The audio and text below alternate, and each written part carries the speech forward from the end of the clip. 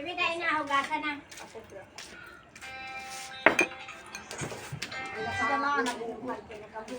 Nabunggo. Ngayon natawag. Ingay. Huwag nag-ano sa'yo. Hi guys, kain po tayo. Langka po ang ulam. At ang maganda kapag ganito ang ulam, lalo kapag ganito na langka, ginataang langka, teternohan natin ng gourmet tuyo. Sobrang sarap po nito.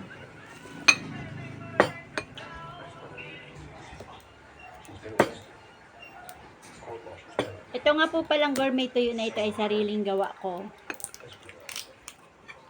Yan. Isabel's gourmet tuyo. Sobrang sarap po niya. Last year ko pa po ito nagawa. Titingnan natin kung ano. Talagang super sealed siya eh. Ang bango. Ang bango, grabe. Last year pa to. Pero ano pa rin. Tingnan kutsara ate. Sobrang bango po niya. Ito nga po palang gourmet tuyo na ito ay spicy. Super sarap niya. Yan po, naglalangis-langis. And ito pong sabaw nito ay sobrang sarap. Yung anghang niya ay talagang kapit na kapit dun sa sabaw. Olive oil po ito, kaya ito po ay healthy. Bango. Sarap. Ang sarap po niya i-turno sa gulay.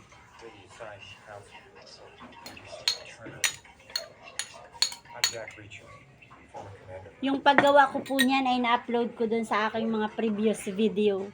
Dun sa page ko na Maestra Tindera. Sarap.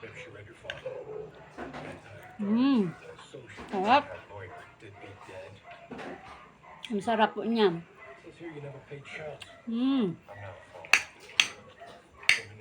Napakaganda ng aking pagkagawa. Kasi kahit over 6 months na. Kasi sabi, yung mga ganitong gourmet, 6 months lang daw tatagal. Pero ito over 6 months na.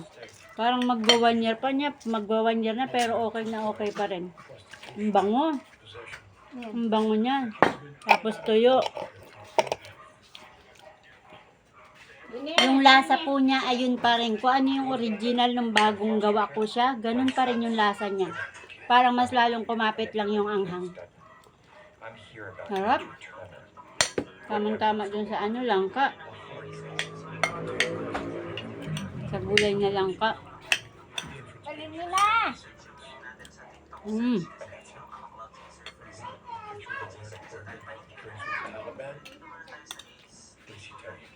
Ang carrots niya.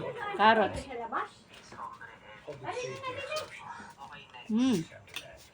Sarap. Ang sarap po niya. Hindi na lang po ako gumagawa ngayon kasi medyo mahirap po siya gawin. Pero sobrang sarap. Pag walang ulam,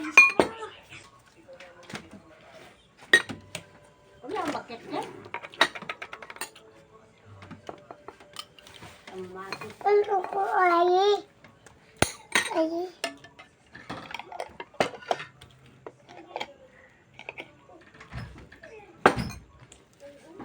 Gusto kayo maam. sige. Ha? Walang makyat. Bakit? Nala ang yan nala ang tasa.